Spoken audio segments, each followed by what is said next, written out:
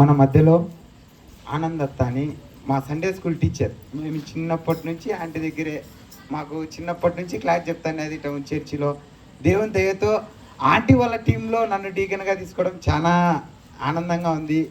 ఆంటీతో సేవ చేయాలని చాలా సేవ అంటే నిన్న మీటింగ్లో చూసిన ఎంత వాళ్ళు సువార్త చేయాలా అని చర్చ అయిపోయినా కసు దొబ్బాలంటే మేము ముగ్గురం ఉన్నాం, దొబ్బుతాం, మాతో పాటు ఉండండి అని చెప్తుంది ఆంటీ. ఎంత తగ్గింపు అంటే గవర్నమెంట్ టీచరు కానీ దేవుని సేవలో ఎంత ఎదగబడాలంటే వాళ్ళని చూసి నేర్చుకుంటాను. చిన్నప్పటి నుంచి ఆంటీ కాడ ఉండి నేర్చుకున్నాను. ఆంటీ మా చర్చికి వాక్యం చెప్పండి రా అంటే, సరే నాన్న ఇప్పుడు చెప్పినావు ఏంటి, ఏందంటే పిల్లప్పటి నుంచి చెప్తున్నావు చెప్పవా అని చెప్పినాను. ఎంతో ఆనందం అంటే ఇచ్చిన దానికి వాక్యాన్ని పంచుకోవాల్సిందిగా కోరుతున్నాము.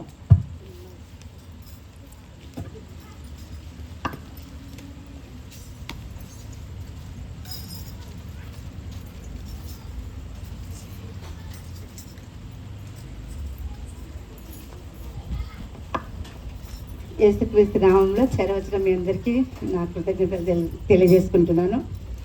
మరి దేవుడు అనుకోని రీతిలో నాకు ఈరోజు ఈ అవకాశం ప్రజల ద్వారా కలగజేసినందుకే యేసు ప్రభుకు నా మొట్టమొదటి కృతజ్ఞతలు. మరి ఇంత మంచి అవకాశాన్ని ఇచ్చి ఇంత మంచి వాతావరణం ఇచ్చినటువంటి దేవుని మనము ఎన్ని విధాలుగా స్తుతించినా కూడా మనం ఇంకా మరి ఆయన యొక్క రుణాన్ని తీర్చుకోలేము.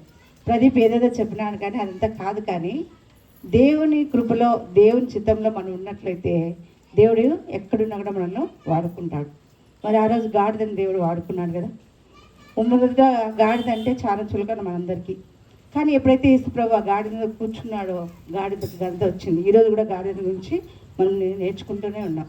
అంతేగాని నాలో ఏం గొప్పతనం లేదు, ఆశ ఉంది దేవుని పని చేయాలా. చేతనంత వరకు నేనే పెద్ద అన్నీ తెలిసిందానని కాదు, కానీ నాకంటే మరి తెలిసిన వాళ్ళు చాలామంది ఉన్నారు, నాకంటే వయసులో పెద్దవాళ్ళు ఉన్నారు, అనుభవజ్ఞులు ఉన్నారు. కానీ దేవుడు ఎందుకో ఈ అవకాశం ఇచ్చినారు కాబట్టి దాన్ని బట్టి దేవునికి నేను కృతజ్ఞతలు తెలియజేసుకున్నాను.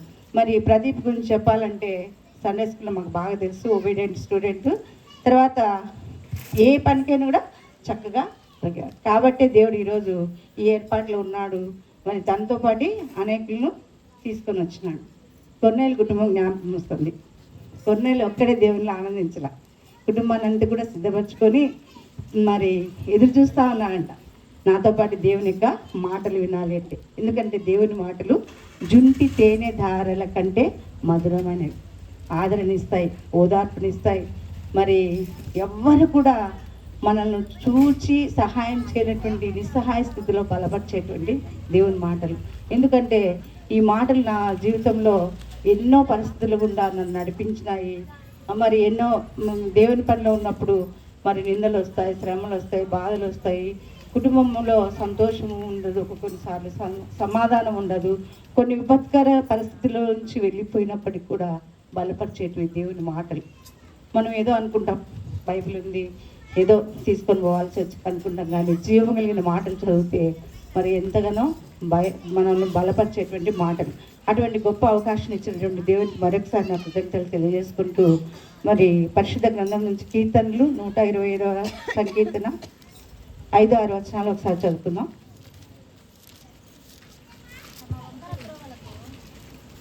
మా కీర్తనలు 126 5వ వచనం, 126 5వ వచనం.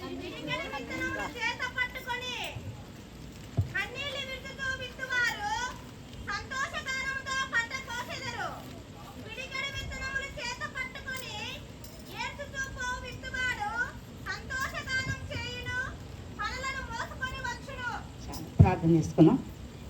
ప్రేమ నమ్మకం కలిగిన మా ప్రియ పరలోక తండ్రి, పరిశుద్ధమైన దేవ, గొప్ప దేవ తండ్రి, మాకు 1000 నాలుకలు ఉండి ప్రభా పొద్దు పొడిచినప్పటి నుంచి పొద్దు గుగ్గేంత వరకు నాయన మేము స్తుతించినప్పటికీ కూడా తండ్రి మీరు రుణాన్ని తీర్చుకోలేము ప్రభా. ఏ పాటి వారం నాయన ఎన్నిక లేదు తండ్రి, ఎందుకు పనికిరానటువంటి మమ్మల్ని ప్రభా మీ ప్రేమలో జ్ఞాపకం చేసుకున్నారు నాయన. నిజం ప్రభా, ఈ సంవత్సరంలో తండ్రి గత 5 నెలల పాటు కాచి కాపుతున్నారు, మా కుటుంబాలను సర్వ సమృద్ధిలోకి నడిపించినాడు. తినడానికి తిండినిచ్చినారు, త్రాగటానికి నీళ్ళనిచ్చినారు, ఆరోగ్యాన్ని ఇచ్చినారు, ఆయుష్ని పొడిగించి తిరిగి నాయన 6వ నెల మొదటి రోజున నాయన పరిశుద్ధ దినంలో ప్రభా మరి ఉదయకాల సమయంలో తండ్రి మీ మందిరంలో చేరి ప్రభా మీ మందిరంలోని మేలుల చేత తృప్తిపరచబడ్డాము నాయన. మీ బల్లలో ప్రభా మరి పాలు పంపులు పంచుకునే కృపను అనుగ్రహించినావు తండ్రి, స్తోత్రాలు. గడిచిన దినాలను ఒకసారి జ్ఞాపకం చేసుకుంటే తండ్రి, మాకంటే యోగ్యులు శ్రేష్ఠులు ఎంతో గొప్పవారు ప్రభా ఈరోజు కనుమరుగై ఉంటున్నారు. వారి యొక్క లిస్టులో నుంచి నాయన మమ్మల్ని తప్పించి ప్రభా సజీవ లెక్కలో ఉంచినారంటే కేవలం నీ కృపే నాయన. నీ కృప లేకపోతే మేము ఏనాడో మరి నశించిపోయి ఉండేవారం ప్రభా. ప్రతిరోజు కూడా తండ్రి నూతనమైన వాత్సల్యంతో ప్రభా దినదినము కూడా తండ్రి మమ్మల్ని బలపరుస్తూ నా ప్రభా ఈ విధంగా తండ్రి మరి మీలో నడిపిస్తూ వచ్చినందుకే స్తోత్రాలు నాయన. ధైర్యం లేదు, నిస్సహాయం ప్రభా, మరి బలహీనం తండ్రి. నేనైతే బలహీనరాలని సన్నిలో ఒప్పుకుంటున్నాను ఆయన. మీ వాక్యాన్ని చేతపట్టుకొని చెప్పే అర్హత నాకైతే లేదు కానీ నాయన. ఇదిగో ప్రభా మీరిచ్చిన ఉచితమైన కృపను బట్టి నాయన మీ నామంలో ప్రభా మీ మాటలు తండ్రి పంచుకోబోతుంటుండగా తండ్రి మీరు దిగి వచ్చి మాతో మాట్లాడండి దేవా. మరి ఎవరికి ఏ వాక్యం ఆదరణ ఇస్తుందో, ఎవరిని హెచ్చరిస్తుందో, ఎవరిని బలపరుస్తుందో, ఎవరికి బుద్ధి చెప్తుందో, ఎవరికి ఏ విధమైనటువంటి దేవా మీ వాక్యం ద్వారా హెచ్చరికలు తండ్రి అభివృద్ధిని కలుగజేస్తారు మాకైతే తెలియదు నాయన. ఇదిగో ప్రభా ఈ సమయాన్ని, ఈ స్థలాన్ని, ఇక్కడ చేరి మోకరించిన ప్రతి బిడ్డను వారి కుటుంబాలను పేరు పేరున జ్ఞాపకం చేసుకుంటున్నాం. తను ఈ రాత్రికాల సమయంలో ప్రభా మాకు ఇచ్చిన శ్రేష్టమైన ఆ వాతావరణాన్ని బట్టి నీకు స్తోత్రాలనైనా. ఈ మంచి వాతావరణంలో ప్రభా మనసారా ఇంతవరకు నాయన మీకు స్తుతులు చెల్లించుకునే కృపను దయచేస్తున్నారు. ఇప్పుడు మీ వాక్యం వింటుంటున్నగా ప్రభా అవునాయన. మరి దావీదు మహారాజు అంటారు మీ వాక్యం చూస్తే ప్రభా మరి క్రొవ్వు మీద దొరికినట్టుగా అని చెప్తుంటున్నాను నాయన. అటువంటి సంతృప్తి చేత మాతో మాట్లాడండి, మా హృదయాలను నింపండి దేవా. మరి ప్రతి ఒక్కరిని కూడా మీ మాటలు విని ప్రభా ఆ ప్రకారం జీవించడానికి కృపను దయచేయమని, మీ చిత్తమైతే ఇంకొకసారి మేము ఈ విధంగా కూడుకునేంత వరకు మీ బలిష్టమైన చేతుల కింద దాచి ఉంచమని మా ప్రభును మా రక్షకుడు అయినటువంటి యేసుక్రీస్తు నామంలో స్తుతించి ప్రార్థించి అని వేడుకుంటున్నాం తండ్రి, ఆమేన్. మరొకసారి మీ అందరికి వందనాలమ్మా. మరి అనుకోని రీతిలో మరి ప్రదీప్ చెప్పడము నేను ఎక్కువగా మరి ప్రిపేర్ కాలేదు, కానీ ఒక్క మాట, ఒక అంశాన్ని మీ మధ్యలో నేను చెప్పాలని ఆశపడుతున్నాను. ఏంటి అదంటే కన్నీటి ప్రార్థన. మనం చాలాసార్లు ఎన్నో ప్రార్థన చేస్తున్నాం, ఉపవాస ప్రార్థన చేస్తున్నాం, కుటుంబ ప్రార్థన చేసుకున్నాం, తర్వాత సంఘంలో మనం ప్రార్థన చేసుకున్నాం, వ్యక్తిగతంగా పర్సనల్గా ప్రార్థన చేసుకుంటాం. కానీ కన్నీటి ప్రార్థన చాలా ముఖ్యమైనదని పరిశుద్ధ గ్రంథము సెలవిస్తోంది. ఎందుకంటే మనము విశ్వాసులుగా మారిన తర్వాత మనకు ఎన్నో శ్రమలు వస్తాయి, ఎన్నో శోధనలు వస్తాయి, తట్టుకోలేక నిలబడలేనటువంటి శ్రమలు కూడా మనల్ని బాధిస్తాయి. అయితే ఆ శ్రమ ఏం నేర్పిస్తుంది మనకంటే, శ్రమ మనము దేవుని దగ్గర బలంగా ప్రార్థన చేయడానికి ఒక అవకాశాన్ని ఇస్తుంది. మొదటిది శ్రమ ఏం చేస్తుందంట, ప్రార్థన చేయడానికి బలమైన సాధనంగా ఉంటుంది. రెండవది వచ్చేసి పాపంలోనికి పోకుండా మనల్ని అడ్డగిస్తుంది. ఏంటి, కన్నీటి ప్రార్థన, శ్రమ. మూడవదిగా ఏం చేస్తుందంటే మనల్ని పవిత్రపరుస్తుందంట. మరి పవిత్రత అంటే లేదా శుద్ధి చేసుకోవడం అని అర్థం. శుద్ధి చేయడం అంటే ఒక గిన్నె కానీ, ఒక వస్తువుని కానీ, లేకుంటే మనల్ని కానీ శుద్ధి చేసుకోవాలంటే, మనల్ని శుద్ధి చేసుకోవాలంటే స్నానం చేయడం. స్నానం చేయాలంటే ఒక బకెట్ నీళ్ళు అయితే సరిపోతుంది. పాత్ర శుద్ధి చేయాలంటే ఒక గిన్నెడు నీళ్ళు కావాలి. అయితే మరి మనం పైగా శుద్ధి చేసుకుంటాం, కానీ అంతరంగాన్ని ఎలా శుద్ధి చేసుకోవాలి, ఏ విధంగా చేయాలి, సబ్బు పెట్టాలా, షాంపూ వేయాలా, ఇంకేం వేయాలి. కానీ ఒక భక్తుడు అంటాడు అంతరంగాన్ని శుద్ధి చేయాలంటే లోపల నుంచి నీరు బయటికి రావాలంట. లోపల నుంచి నీరు ఎట్లా వస్తుంది అంటే కన్నీరు. లోపల నుంచి వచ్చే నీరే కన్నీరు అంట. ఆ కన్నీరు మన హృదయాన్ని పవిత్రపరుస్తుంది. కన్నీరు ఎప్పుడు వస్తుంది అంటే మనసు చెప్పుకోలేనంత బాధతో, మరి ఏడ్పుతో, నిట్టూర్పుతో, సహించలేనంత శ్రమ వచ్చినప్పుడు ఏమొస్తుందంటే మన కళ్ళలో నుంచి కన్నీరు వస్తుంది.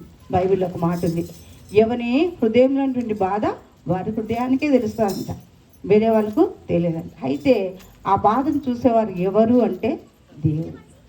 కాబట్టి అంతేకాకుండా ఇంకేమంటారంటే మరి పరిశుద్ధ గ్రంథంలో ఎంతోమంది కన్నీటితో ప్రార్థన చేసి మరి ఎన్నో పొందుకున్నారు. యుద్ధాల్లో విజయాన్ని పొందుకున్నారు, ఆరోగ్యాన్ని పొందుకున్నారు, ఆస్తికర్తలుగా తీర్చబడ్డాడు, ఘోరమైన పాపముల నుంచి కూడా బయటికి వచ్చినారు. అయితే మరి ఈ కన్నీటి ప్రార్థనకు ఎంత విలువ ఉందంటే, దేవుడు నువ్వు ఏడిస్తే నేను ఏడిస్తే తట్టుకోలేడంట. నువ్వు ఎంతగా ప్రార్థన చేసినా కొన్నిసార్లు జవాబులు రాదు, కానీ ఎప్పుడైతే నువ్వు కన్నీరు కార్చి ప్రార్థన చేస్తావో వెంటనే దేవుడు నీ ప్రార్థనకు జవాబు ఇస్తాడు.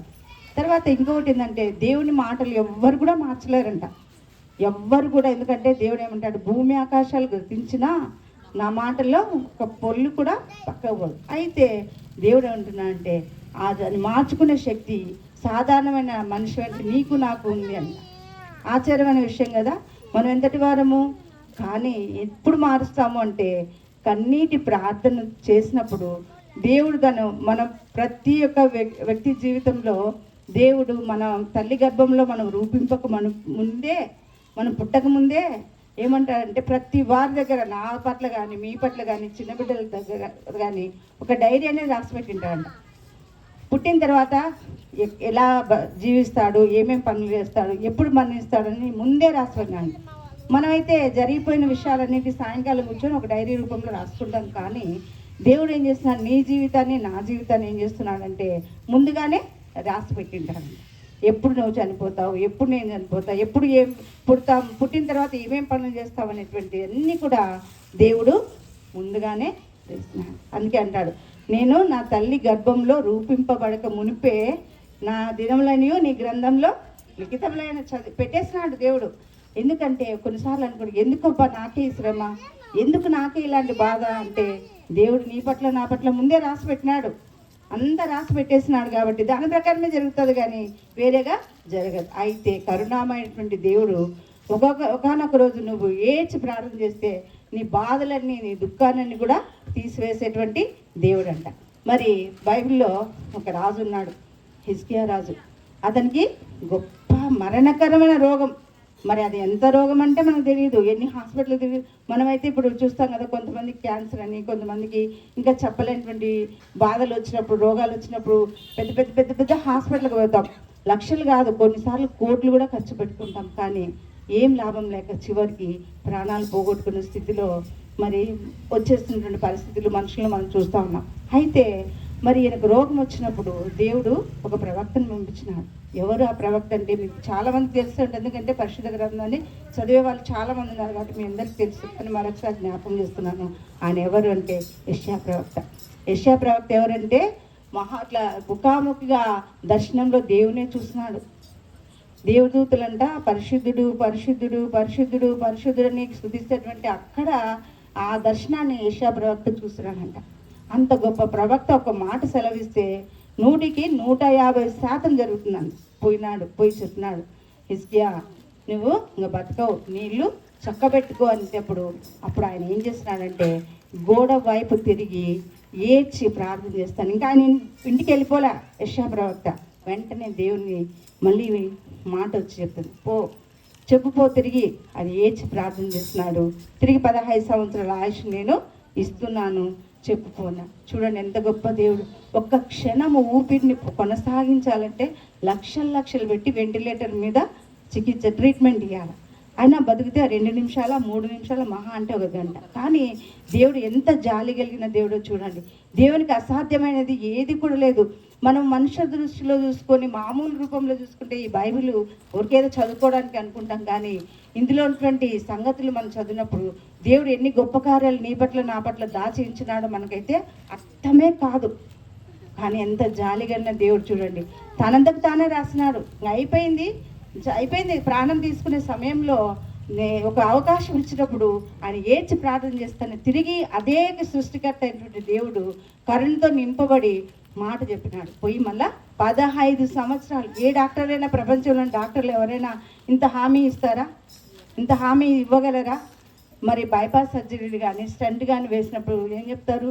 5 సంవత్సరాల 10 సంవత్సరాల వాళ్ళు వేసిన స్టంట్ని బట్టి, ఇచ్చిన ట్రీట్మెంట్ని బట్టి చెప్తారు. కానీ మన దేవుడు మాట సెలవిస్తే మరి సృష్టి అంతా మరి పోయినా కూడా మాట ఇచ్చేది. ఎందుకంటే తగిన దేవుడు. మరి పర్వతాలు తొలగిపోతాయి, మెట్టలు కత్తరిల్లుతాయి, కానీ దేవుని కృప నిన్ను నన్ను విడిచిపెట్టాయి. ఈ రాత్రికాల సమయంలో దేవుడు చెప్పేది అదే. నువ్వు ఏ స్థితిలో ఉన్నావో తెలియదు, నువ్వు ఎలాంటి స్థితిలో ఉన్నా సరే నువ్వు కన్నీటితో ప్రార్థన చేస్తే కరుణామయుడు కరిగిపోతాడు. మరి నేనేమే పట్టణం గురించి అందరికీ తెలుసు. ఎందుకో దేవుని కోపం వచ్చేస్తుంది. వచ్చి ఏం చేస్తున్నాడంటే చెప్పినాడు. ఎవరు? పాస్టర్ ఉన్నాను అక్కడ, యోనా ప్రవక్త. పోయి చెప్పుకో అంటే పోయి చెప్పినాడు. ఎంతమంది తెలుసా? ఆ పట్టణంలో 1,20,000 మంది జనాభా ఉన్నటువంటి ఆ పట్టణాన్ని నేను నాశనం చేస్తాను, పోయి చెప్పుకో, నాకు కోపం వచ్చింది అని చెప్పినప్పుడు మరి ప్రవక్త ప్రకటిస్తే ఏం జరిగింది తెలుసా?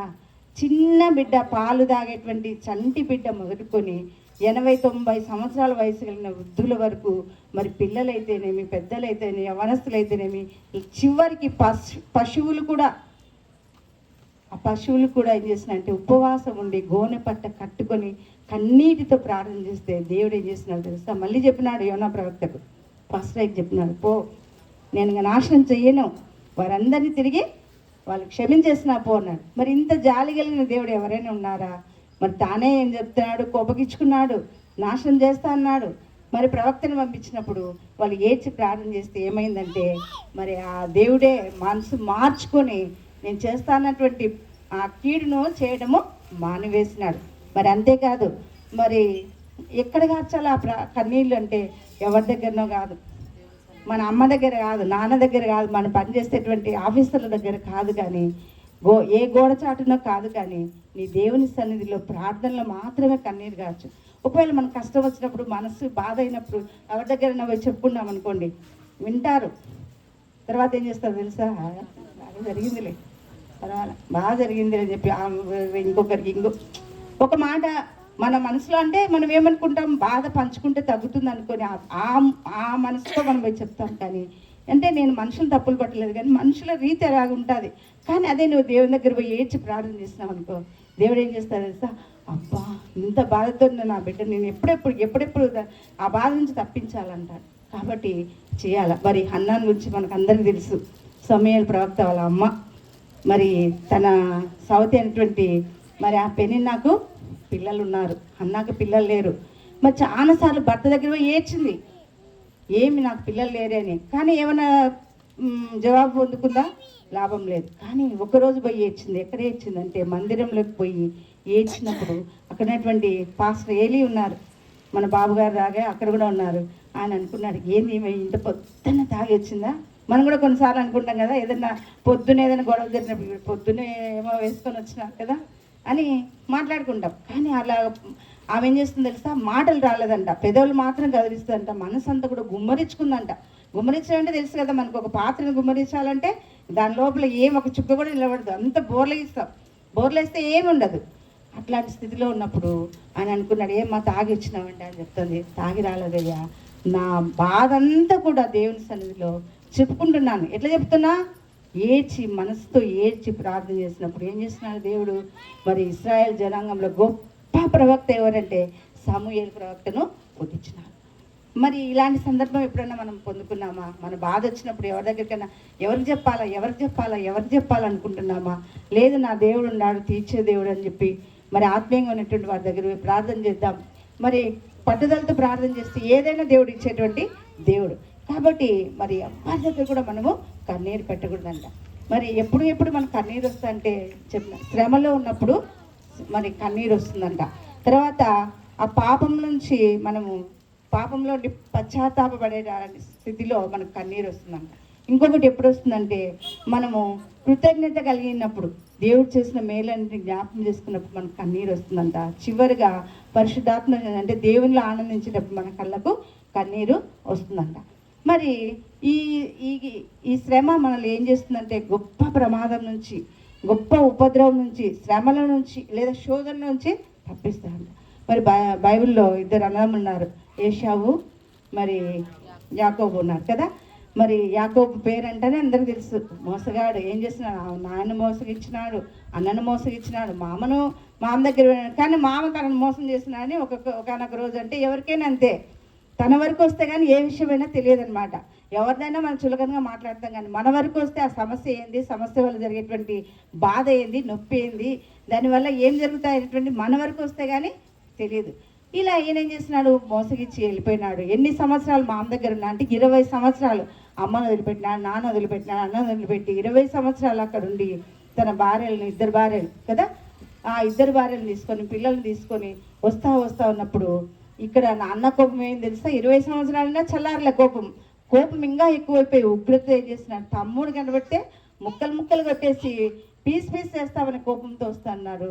మరి వచ్చినప్పుడు ఎవరో ఒకరు చెప్పినారు, మీ అన్న చాలా కోపంతో నీ మీదకి 400 మంది తీసుకొని వస్తున్నాడంటే ఈయనకు భయం వేసి ఏం చేసినాడు? తన భార్యను, బిడ్డలను అందరినీ వదిలేసి ఒంటరిగా ఒకనొక రాత్రికాల సమయంలో ఒంటరైన స్థితిలో ఒక్కడిగా ఉండి మరి దేవుని దగ్గర పెరుగులాడినాడు, ఏడ్చినాడు. అప్పుడు దేవుడు ఏం చేస్తున్నాడు, ఆ యాకోబును, మోసగాడుగా ఉన్నటువంటి యాకోబును దేవుడు ఇశ్రాయేలుగా మార్చి అన్న దగ్గరికి వెళ్ళినప్పుడు అన్న సమాధానంతో మెడ మీద పడి, ఏ మెడనైతే కత్తితో నరకాలని కోపంతో వస్తున్నటువంటి అన్న ఏం చేస్తున్నాడంటే అదే మెడ మీద పడి కౌగిలించుకొని ముద్దు పెట్టుకొని తమ్ముడా అని చెప్పేసి ఇద్దరు సమాధానం పడినారు. కారణం ఏంటి? ఒక్క రాత్రి, ఒక్క సమయం. ఏ సమయం అది? దేవుని దగ్గర ఏడ్చి ప్రార్థన చేసిన సమయం, కన్నీటి ప్రార్థన చేసిన సమయం ఏం చేస్తుందంటే యాకోబును శ్రేష్టమైన స్థితిలోనికి, సమాధానకరమైనటువంటి స్థితిలోకి తీసుకొని వెళ్ళింది. మరి హిజ్కియా నుంచి ఇందాకనే అనుకున్నాం కదా, యెషయా ప్రవక్త పోయి నీ చక్కబెట్టుకోయా, ఇంకా నీకు అయిపోయింది అన్నప్పుడు మనమైతే నేను అనుకుంటా ఒకసారి, ఒకవేళ మంచి పాస్టర్ గారు లేదా ఒక మంచి ప్రవక్త, ఒక దైవజనుడు ఉన్నారనుకోండి, ఆయనకు స్వస్థత వరం కానీ లేకుంటే ఇంకా చేయబెట్టే మరి అద్భుతాలు జరిగే వరం కానీ ఉన్నట్లయితే మనకు వచ్చిన సమస్యను బట్టి, నాకు వచ్చిన సమస్యను బట్టి ఏం చేస్తా, ఒకవేళ అడిగినదానేమో, అయ్యా మీరు ప్రార్థన చేయండి నాకు అద్భుతం జరుగుతుంది. మరి హిజ్కియా చూడండి, రాజు, గొప్ప ప్రవక్త, యెషయా చెప్తే అది ఖచ్చితంగా జరుగుతుంది. అంత గొప్ప ప్రవక్త నిలబడి నువ్వు చచ్చిపోతావంటే ప్రవక్త కాళ్ళ మీద వెళ్ళ గోడవైపు తిరిగి ఏడుస్తా అన్నాడు. మనం అంతే కదా, కొన్నిసార్లు చేస్తాం, మనం ప్రార్థన చేసుకోం. సమస్య వచ్చినప్పుడు ఎవరికో ఫోన్లు చేస్తాం, ఆయన చేస్తే ప్రార్థన చేస్తే బాగవుతుంది, ఈయన ప్రార్థన చేస్తే బాగవుతుంది అని. మనం దేవుడు మన ప్రార్థన కూడా వింటాడు. ఎందుకంటే నువ్వు చేసేటువంటి స్థితిని బట్టి, నువ్వు అడిగే విధానాన్ని బట్టి దేవుడు నీ ఖచ్చితంగా నీ ప్రార్థన వింటాడు, నా ప్రార్థన వింటాడు. గొప్ప దైవజనం చేస్తేనే కాదు దేవుడు వినేది, నువ్వు వంగి అంటాడు కదా, నత్తివాణి నంగి ప్రార్థన దేవుడు వినేటువంటి దేవుడు ఏం చేస్తుంది. అటువంటి ఆ స్థితిలో ఉన్నటువంటి యెషయా ప్రవక్తను ఆయన ఆశ్రయించలేదు, కానీ పోయి గోడ వైపు చూస్తున్నాడు. అక్కడ దేవుడు మరి ఆ కన్నీటిని చూస్తున్నాడు. అందుకే రహస్యమందు చూచి తండ్రి నీకు ప్రతిఫలం ఇస్తాడు. ఎవరో చూడాలని చెప్పి ఏడ్చడం కానీ, ఎవరో చూడాలని చెప్పి చేయడం కాదు, కానీ దేవుని దగ్గర మొరపెడితే ఏ స్థితిలో ఉన్నా కూడా, అనాథ స్థితి, దీన స్థితి, ఇంకా ఘోరమైన పరిస్థితి మార్చేటువంటి దేవుడు. దేవునికి అసాధ్యమైంది ఏది కూడా లేదు. మరి ఆయన చెప్పి మాట చెప్పి మర్చిపోయే దేవుడు కానే కాదు, చెప్పి చెయ్యి విడిచిపెట్టే దేవుడు కానే కాదు. చూడండి, మనం ఎంతోమంది మరి ఇక్కడ చూస్తున్నారు, రాజకీయ నాయకులు కానీ గొప్పవాళ్ళు కానీ ఒకటి చెప్తారు మనకు చేస్తామని, కానీ చివరికి పోయినప్పుడు మొండి చేస్తారు. కానీ మన దేవుడు అలాంటి దేవుడు కానే కాదు. అడుగు ఇస్తా, అడుగు అడుగు అంటున్నాడు. కొంతమంది ఎన్నిసార్లు అడిగినా ఇంకా తీసుకుంటానే. ఒకవేళ ఒక ఆడపిల్ల ఉందనుకోండి, ఆ అమ్మాయికి ఏదైనా పెట్టి వివాహాలు చేసినట్టు ఉన్నాయనుకోండి, ఏదైనా బ్యాలెన్స్ ఉన్నప్పుడు ఒకవేళ 2-3 రోజులకు ఒకసారి, 2 నెలలకు ఒకసారి, 3 నెలలకు ఒకసారికే పోతే అమ్మోళ్ళు ఎన్నిసార్లు పెట్టాలా నీకు అని అంటారు. కానీ మన దేవుడు అలా మాట అననే అన్నాడు. నువ్వు రా ఇస్తా అన్న మనమే పోవడంలా. ఏదో చూస్తాం ఏదో అనుకుంటాం, కానీ చివరికి నమ్మేటువంటి ఎవరు, నమ్మదగిన స్థితి ఎవరిది అంటే దేవుని పాదాల దగ్గరే మనకు ఆశ్రయం. మరి కాబట్టి అటువంటి భయంకర శ్రమలో ఉన్నటువంటి మరి ఆ యాకోబును దేవుడు మార్చి ఏం చేస్తున్నాడు, సమాధాన స్థితిలోనికి తీసుకొచ్చినాడు. మరి కొన్నిసార్లు మనకు శ్రమ వచ్చినప్పుడు ఏమైందంటే కన్నీళ్ళు వస్తాయి.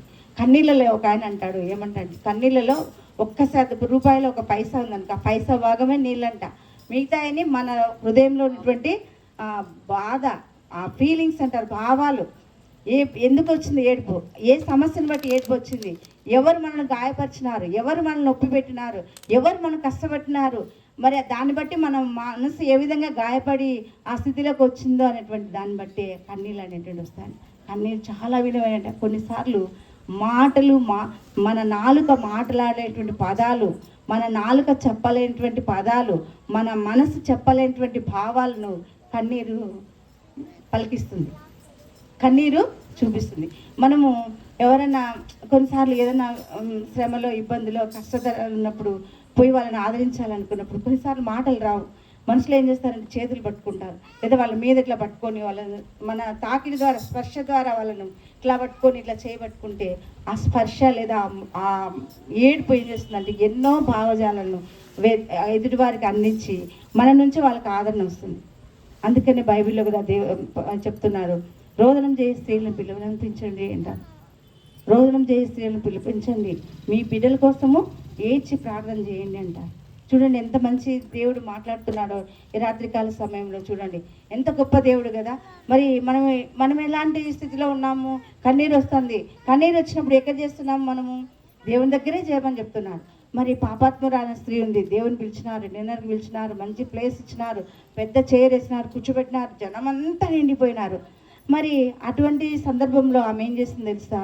పోయి ఎక్కడ కూర్చుందంటే దేవుని పాదాల దగ్గర కూర్చుంది, ఏడ్చింది, కన్నీళ్లతో ఆయన పాదాలు తుడిచింది, కడిగింది, తన తల వెంట్రుకలతో పాదాలు తుడిచింది.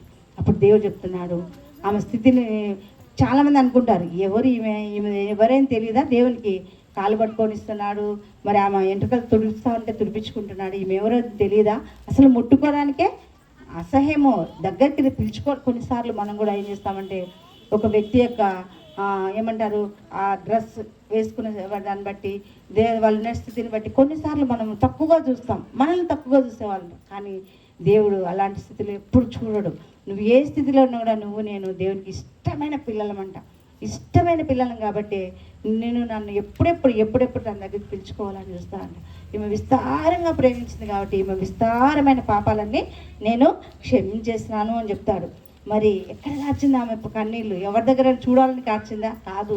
ప్రభువా, ఏ పాడిదాన్నయ్యా, ఇంత గొప్ప అవకాశం, ఇంత గొప్ప భాగ్యం నిన్ను చూసి నీ పాదాలు నేను ముద్దు పెట్టుకోవడానికి, నీ పాదాలను నా కన్నీళ్ళతో కడగడానికి, నీ పాదాలు తుడవడానికి నాకు ఇంత మంచి అవకాశం ఇచ్చినావని చెప్పేసి దేవుని దగ్గర ఆమె అందుకే ఆమె యొక్క విధేయత, తగ్గింపు గుణాన్ని బట్టి దేవుడు విస్తారంగా ప్రేమించినాడు, విస్తారమైన పాపాలు క్షమించినాడు. నిజమే. మరి పరిచర్య అంటే ఎక్కడో చీరలలో కూర్చొని చేసేదే కాదు పరిచర్య. దేవుని మందిరంలో మరి మనము ఆ చెప్పులన్నీ కూడా ఒక ఆర్డర్లో పెడితే అది గొప్ప పరిచర్య.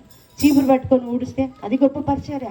అది వేరే వాళ్ళ దృష్టిలో కాకపోవచ్చు, కానీ నువ్వు చేసే మనసు పెట్టి చేసే ప్రతి పనిని కూడా దేవుడు ఆశీర్వదించే దేవుడు. ఎందుకంటే చిన్నపిల్లల మధ్యలో ఉన్నప్పుడు దేవుడు నాకు ఇటువంటి అవకాశం ఇచ్చినాడు. నేనైతే సిగ్గుపడలేదు, ఇప్పటికి కూడా చెప్తాను. ఒకప్పుడు మాకు ప్లేట్లు లేవు, యూజ్ అండ్ త్రో ప్లేట్స్ కానీ, పేపర్ ప్లేట్స్ కానీ, యూజ్ అండ్ త్రో గ్లాసెస్ కానీ లేవు. ఎంతసేపు ఉన్న వాటినే కడగాల, మళ్ళీ వాటిని పిల్లలకు పెట్టాలి. కానీ మేము ఎప్పుడు అనుకోలేదు, నాతో పాటు పిల్లలు కూడా చాలామంది ఎంత ఎంకరేజ్మెంట్ అంటే, అమ్మాయింది, ఇగో ఇక్కడ అబ్బాయి ఉన్నాడు, ఇంకా చాలామంది ఉన్నారు, ఇప్పటికి కూడా ఉన్నారు. వాళ్ళంతా చేసినారు కాబట్టి వారి జీవితాల్లో ఈనాడు ఆశీర్వాదాలు ఇస్తున్నారు. చాలామందిని చర్చిలో చూస్తే యవనస్తులు ఎంతమంది తెలుసా, ఆ మ్యూజిక్ ప్లే చేస్తే పిల్లలంతా కూడా సండే స్కూల్ నుంచి వచ్చిన వాళ్ళే, యూత్ కండక్ట్ చేస్తే పిల్లలంతా కూడా వాళ్ళు నేర్చుకున్నారు. ఎవరైతే ఒబీడియంట్గా ఉండి దేవునికి లోబడ్డారు వాళ్ళందరినీ దేవుడు హెచ్చైన స్థానాల్లో పెట్టినారు. గర్వించకూడదు, ఎందుకంటే నాశనానికి ముందు గర్వం ఉంటుందంట. ఏ స్థితిలో ఉన్నప్పుడు ఏ స్థితిలోకి తెచ్చినావు ప్రభువా, ఇది నా స్థితి, ఒకనాటి స్థితి నా స్థితి ఇది ప్రభువా. మరి ఆ రోజు అంత కొన్నిసార్లు నేను కూడా చాలాసార్లు అనుకుంటా, ఫస్ట్ నాకు పెళ్ళైనప్పుడు మా పిల్లలు ఇద్దరు పుట్టినప్పుడు కూడా జాబ్ లేదు, కానీ ప్రైవేట్గా చేసుకున్నాం. కొన్నిసార్లు కొన్ని పరిస్థితులను బట్టి కొన్ని మిస్ అయిపోయినాం.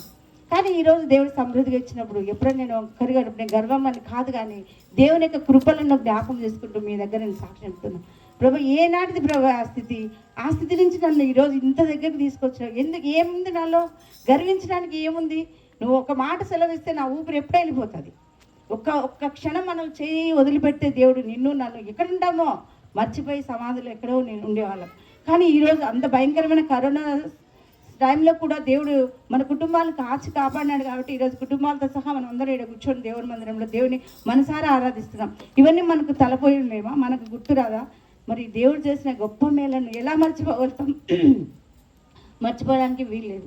ప్రభా, ఏ స్థితి నాయన ఒకనాడు దీనికోసం మేము ఎంతగా ప్రార్థన చేస్తున్నామో, ఎంతగా కనిపెట్టుకున్నామో, ఈరోజు అంతకంటే సమృద్ధి దేవుడు రెండంతలుగా ఆశీర్వాదించే దేవుడు.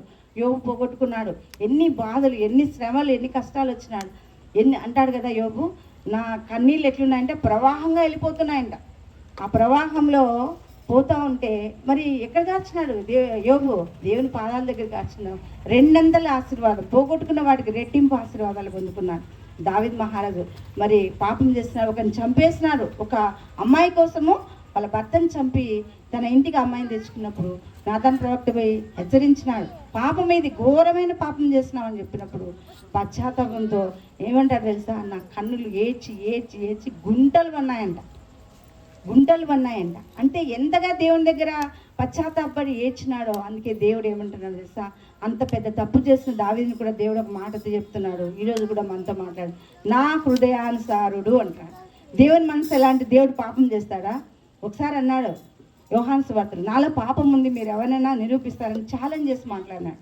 మరి దేవునిలో పాపం ఉందా? కానీ పశ్చాత్తాపంతో దేవుని దగ్గర వేడుకున్నాడు కాబట్టి దేవుడు ఆ మాట అంటున్నాడు, నా హృదయానుసారుడు, నా చిత్తానుసారుడు అంటున్నాడు. చూడండి, మరి అంత గొప్ప భక్తుడిగా మారి ఇన్ని కీర్తనలు రాసి ఈరోజు కూడా మనం దావీదు కీర్తనలు చదువుకుంటూనే ఉన్నాం. కారణం ఏంటి అంటే ఆయన ఆ విధంగా దేవునికి లోబడినాడు. మరి తట్టుకోలేని బాధ ఉన్నప్పుడు మన మనసు మాట్లాడలేదు.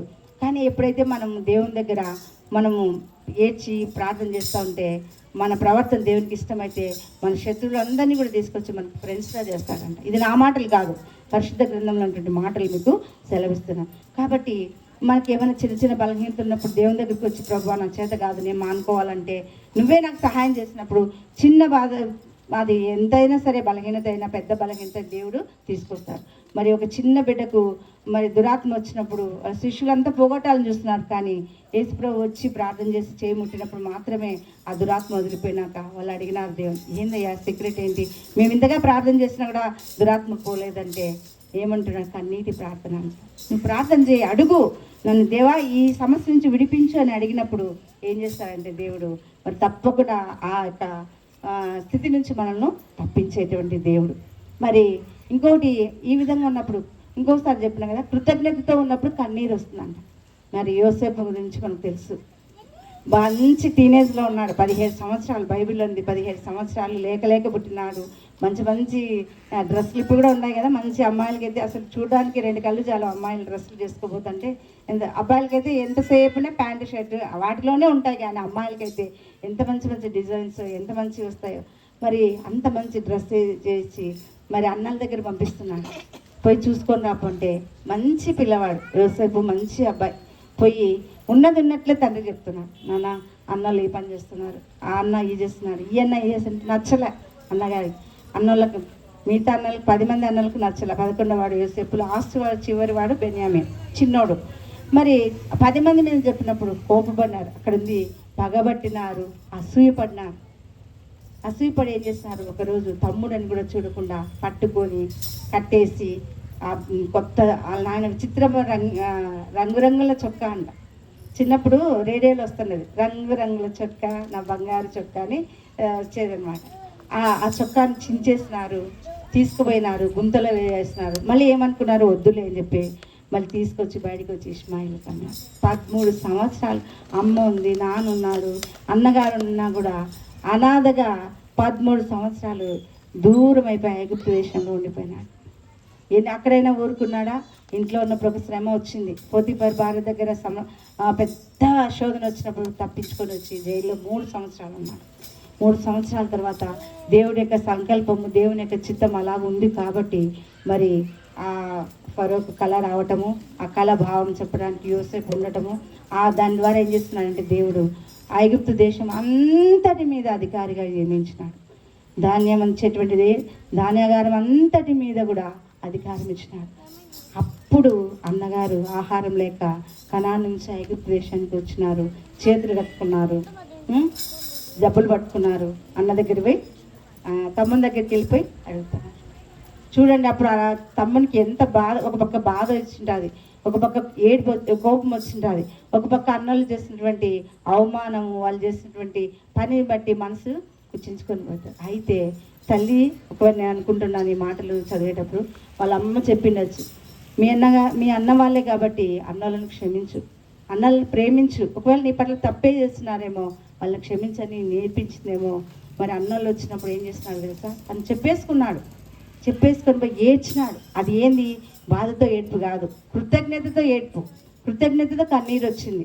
ప్రభువా ఏ స్థితిని ఆయన ఆ రోజు నేను చావలసిన వారిని తీసుకొచ్చినావు, ఐగుప్తు దేశానికి ప్రధానమంత్రిగా చేసినావు, నన్ను ఈ సింహాసనం ఎక్కించినావు, ఇవి అంతటి మీద అధికారం ఇచ్చినావు. ఈరోజు నా ఏ అన్నలు అయితే నన్ను అవమానించి నన్ను చంపాలని చూసినటువంటి అన్నగారే ఆహారం కోసం నా దగ్గరికి వచ్చి నిలబడినారు. నిజంగా ఏ స్థితిని ఆయన అని చెప్పేసి ఆయన కృతజ్ఞతతో మరి కన్నీరు పెట్టుకున్నాడు.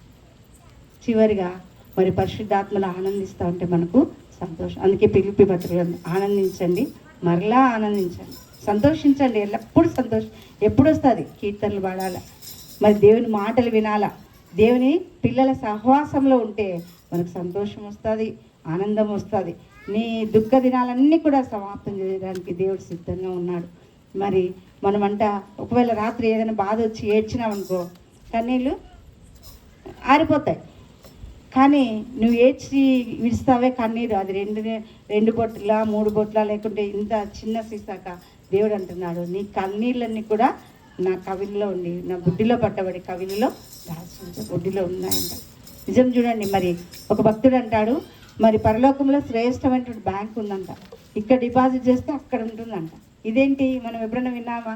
బంగారు పెట్టుకోవడానికి ఒక బ్యాంకు, లేదా విదేశాల్లో డబ్బులు దాచుకోవడానికి స్విస్ బ్యాంకులు, ఇవన్నీ విన్నాం. కానీ ఈ కన్నీటి బ్యాంకుని మనం మరి బ్లడ్ బ్యాంక్ గురించి విన్నాం, ఐ బ్యాంక్ గురించి విన్నాం. కానీ దేవుడు అంటాడు నువ్వు ఇక్కడ ఏడ్చి కార్చేటువంటి ప్రతి బొట్టును నేను పట్టుకొని పరలోక రాజ్యంలో జ్ఞాపకం చేసుకుంటాను. మనం కొన్ని సమస్యల ముందు, కొన్ని సంవత్సరాల ముందు ఏడ్చింటాం, అవి మళ్ళీ కనిపిస్తాయా మన కన్నీళ్ళు? అవి మళ్ళీ మన బాటిల్లో పట్టుకుంటామా?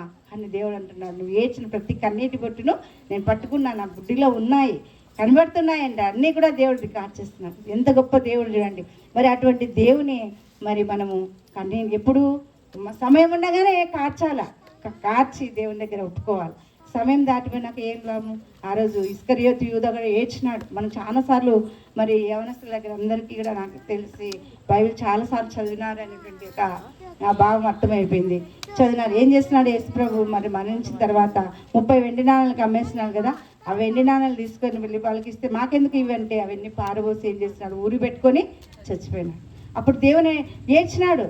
ఏమైనా లాభం వచ్చిందా? ఏం లాభంలా. కాబట్టి సమయం ఉండగానే కన్నీరు కార్చాలి. ఎవరి పడితే ఎవరి దగ్గర కాదు. కన్నీరుకి చాలా విలువైంది, చాలా ప్రశస్తమైంది. బైబిల్లో ఎంతో మంది భక్తులు కన్నీరు కార్చి గొప్ప గొప్ప కార్యాలు చేస్తారు, గొప్ప పనులు సాధించారు, గొప్ప స్థాయికి వచ్చినారు. మరి తర్వాత ధనవంతుని గురించి జ్ఞాపకం చేసుకుంటే లాజరు మరి కురుపులతో పెద్ద గాయాలతో చీము రక్తం వచ్చి కుక్కలు నాకుతున్నాయి. ఆ బల్ల కింద పడేటువంటి ముక్కలు ఏరుకొని తింటున్నాడు. ధనవంతుడు అయితే ఉదారంగా డ్రెస్సులు మంచి అంటే కాస్ట్లీ డ్రెస్ వేసుకొని లగ్జరీ ఫుడ్ తింటూ లగ్జరీ లైఫ్ అనుభవిస్తున్నాడు. ఒకే రోజు చనిపోయినాడు. ధనవంతుడు చనిపోయినాడు, లాజరు చనిపోయినాడు. ఎక్కడుంది?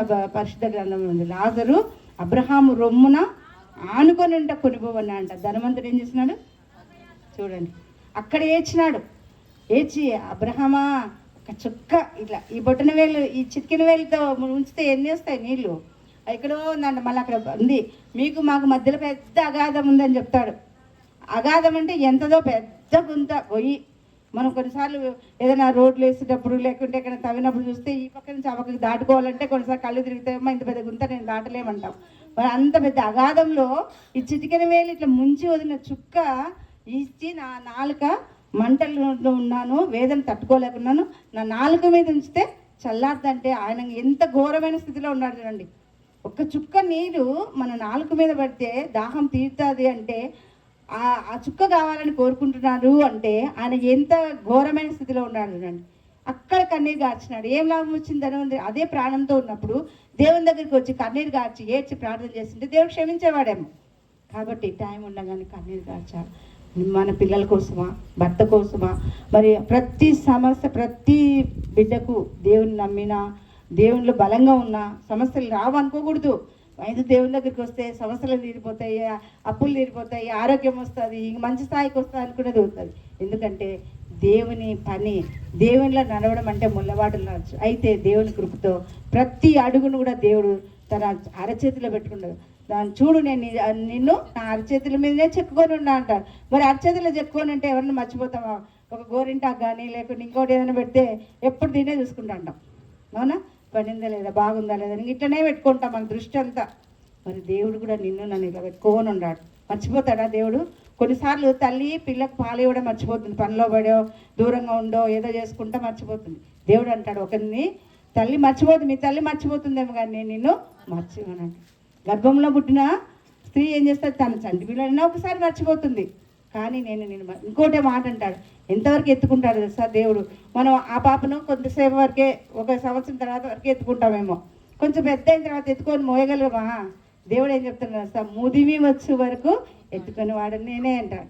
అబ్బా, ముసలి ఎవరైనా సగల పెట్టుకొని తీసుకోవద్దామా? ఒకవేళ మనకి ఎంత ఇష్టమైనా మోసుకోవద్దు, ఏం పిచ్చా ఇళ్ళకు అనుకుంటారు. కానీ దేవుడు ఏం చేస్తాడు? ముదిమి వచ్చి ఇంకో మాట అంటాడు, ఈ దేవుడు మరణం వరకు మనల్ని నడిపిస్తాడు. ఎప్పుడు వస్తుందో మరణం? ఈ క్షణమే రావచ్చు, రేపే రావచ్చు, ఎల్లుండి రావచ్చు. కానీ మరణించిన తర్వాత మన జీవితపు సరిహద్దు ఇక్కడ ముగిసిపోయి పరలోక రాజ్యపు సరిహద్దులోనికి మనం ఎంటర్ అవుతాం. అది మనకు కావాలి అంటే మనం ప్రార్థన చేయాలి. ప్రార్థనలో కన్నీటి ప్రార్థన అంటే దేవుడు మనల్ని ఎంతగానో హెచ్చిస్తాడు. మరి మన పిల్లల కోసం హెచ్చండి. మన దేవుడు అన్నాడు కదా, సిలువ కల్వరి గొల్గొతా కన్ను దగ్గరికి పోయేటప్పుడు అందరు ఏడుస్తున్నారు. ఆడళ్ళకి ఏడ్పంటే బాగా తొందరగా వచ్చేస్తుంది కదా అందరికీ. ఎందుకంటే సున్నితమైన మనసు అంటారు. కొన్నిసార్లు తట్టుకోలేక ఏం చేస్తామంటే ఆ బాధ దాచుకోలేం, ఏడుస్తాం. కానీ దేవుడు అంటున్నాడు, నా కోసం ఏడవద్దు, మీకోసము మీ పిల్లల కోసం. అది ఏడ్చుతాం. చదువులు అబ్బా, కొన్నిసార్లు పెద్ద పెద్ద చదువులు చదివే పిల్లలు ఒక చిన్న సమస్యకు పరిష్కారం తెలుసుకోలేక ఊరి పోసుకొని చచ్చిపోతున్నారు, సూసైడ్ చేసుకొని. వాళ్ళు ఒక క్షణం ఆలోచించి, నేను ఇంత చదివిన తర్వాత నేను చనిపోయినాక నా తల్లిదండ్రుల పరిస్థితి ఏంటి, వాళ్ళు ఎంతగా నా కోసం ఏడుస్తారంటుంటే ఒక్క క్షణం కనుక ఆలోచన చేస్తే ఆ పని చేయలేదు. ఇంకొకటి, పిల్లలు ఎటువంటి పరిస్థితుల్లో ఉన్నారో తెలియదు. యవ్వన పిల్లలు ఎట్లున్నారంటే నైతిక విలువలు లేవు, జాలి లేదు, దయ లేదు, ఈజీ మనకి అలవాటు పడిపోయినారు. ఒకవేళ ఆ లిస్టులో మన పిల్లలు ఏమైనా పోతారేమో, ఏడ్చి ప్రార్థన చేద్దాం, దేవుని అడుగుదాం. ఆడపిల్లలు బయటికి వెళ్ళిపోతే సేఫ్ లేదు. 3 సంవత్సరాల పిల్లల మీద అఘాయిత్యాలు చేస్తున్నారు, 6 సంవత్సరాల పిల్లల మీద, చివరికి 90-80 సంవత్సరాల నుండి ఇది తల్లుల మీద, మన అవ్వగారు వయసున్నటువంటి తల్లుల మీద కూడా కొన్ని ఘోర కృత్యాలు జరుగుతున్నాయి. మరి ఇలాంటి భద్రత కావాలి అంటే మరి దేవుని యొక్క కంచె కాపుదల మంట కావాలి. లేస్తాన్ని అడుగుదాం, ప్రభా నా చిన్న కుటుంబం ప్రభా కంచె వేయి, కాపాడు, బిడ్డలు బయటకు పోతున్నారు, ఏ సమయం ఎట్లా వస్తుందో తెలియదు నాయన, మీ భద్రత కింద నడిపించని ఏడ్చి ప్రార్థన చేయి. భర్త డ్యూటీకి పోతున్నాడు, క్షేమంగా రావడానికి ప్రార్థన చేయి. ఒకవేళ దేవునికి ఉద్యోగం ఇస్తే ఉద్యోగం వెళ్ళేటం ప్రార్థన చేసుకో. రాత్రికాల సమయంలో కూర్చొని అందరు కూర్చొని సంతోషంగా ఒక 2 మాటలు 3 మాటలు బైబిల్లో చదువుకొని చిన్న 5 నిమిషాలు ప్రార్థన చేసుకో. అదే మన కుటుంబానికి దేవుడిచ్చేటువంటి కంచె కాపుదల. మరి కాబట్టి మన కోసం ఏడ్చాలి. మన ఆరోగ్యాలు ఎట్లుంటాయో తెలీదు. ఈ పరిస్థితులు ఒత్తిడి తట్టుకోలేకున్నాం. ఉద్యోగాలు చేస్తున్నానని ఒక ఉంది, కానీ ఆ ఉద్యోగంలో ఎన్నో ఒత్తిళ్ళు వస్తాయి, ఎన్నో ఆటంకాలు వస్తాయి, ఎన్నో ఎదుర్కోవాలి. ఆ స్ట్రెస్ నుంచి తప్పించుకోవాలి అంటే దేవుని యొక్క నడిపింపు మనకు కావాలి. కాబట్టి పరిశుద్ధ మరి బైబిల్లో ఉన్నటువంటి మాటలు జ్ఞాపకం చేసుకుందాం, సంఘంకి వెళ్దాం, సహవాసంలో ఉందాం. ఇంట్లో భార్యాభర్త కలిసి కూర్చొని ప్రార్థన చేస్తే పిల్లలు కూర్చుంటారు, పిల్లలు దేవునిలో నడిపించబడతారు. తర్వాత ఇట్లాంటి సహవాసానికి వద్దాం. మరి ఇంకా ఎందుకంటే ఇప్పుడు ఒక కట్టెలు చాలా ఉన్నాయనుకోండి, అన్నీ కలిసిన పెద్ద మంట వస్తుంది. ఆ కట్టె ఒకటి పక్కన తీసి పట్టేసినాం అనుకో, అది ఆరిపోతుంది. అలాగే మనం కూడా సహవాసంలో లేకుంటే మనం కూడా తగ్గిపోతాం. కాబట్టి సహవాసంలో ఉన్న అనవసరమైన మాటలు కాకుండా, వ్యర్థమైన మాటల కోసం కాకుండా, కొన్నిసార్లు బాధను బట్టి, సంతోషాన్ని బట్టి, మన ఇబ్బందులను బట్టి ఒకరితో ఒకరు పంచుకుందాం, దేవుని దగ్గరికి వచ్చి ప్రార్థన చేసుకుందాం. అటువంటి గొప్ప దేవుడు, జాలి కలిగిన దేవుడు మరి మన పక్షాన ఉన్నాడు. ఏది అడిగినా ఇచ్చడానికి సిద్ధంగా ఉన్నటువంటి దేవుడు ఉన్నాడు. కాబట్టి భయపడదు. మరి ఈ రాత్రికాల సమయంలో ఎందుకు మనందరినీ దేవుడు ఇక్కడ కూర్చోబెట్టుకొని మాటలు వినిపిస్తున్నాడు, ఎవరిని ఆదరిస్తున్నాడు, ఎవరిని బలపరుస్తుందో తెలియదు, కానీ ఏదైనా దేవుని మాటలు ఫలించాలి, దేవునిలో మనం అందరం కూడా ఉండాలి. కాబట్టి మరి దేవుడి కొద్ది మాటలు దీవించును గాక. మరొకసారి నాకు అవకాశం ఇచ్చిన ప్రదీప్కు, వారి కుటుంబానికి చేరిన ప్రతి ఒక్కరికి కూడా నాకు హృదయపూర్వక ధన్యవాదాలు.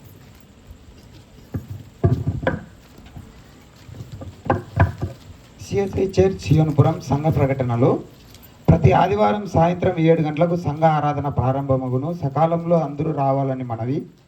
కానుక వివరములు: 6 ఏప్రిల్ 2025 సంవత్సరం నుంచి ఆదివారం నుంచి కానుక ప్రారంభించడం జరిగినది.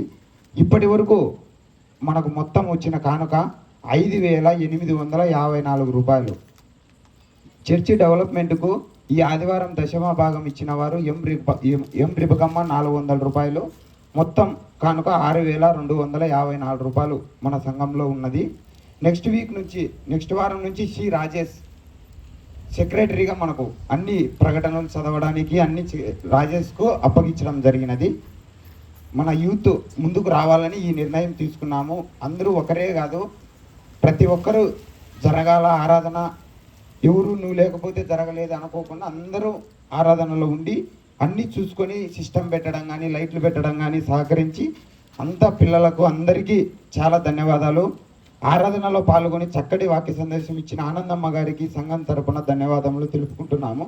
సంఘ ప్రకటనలు సమాప్తం.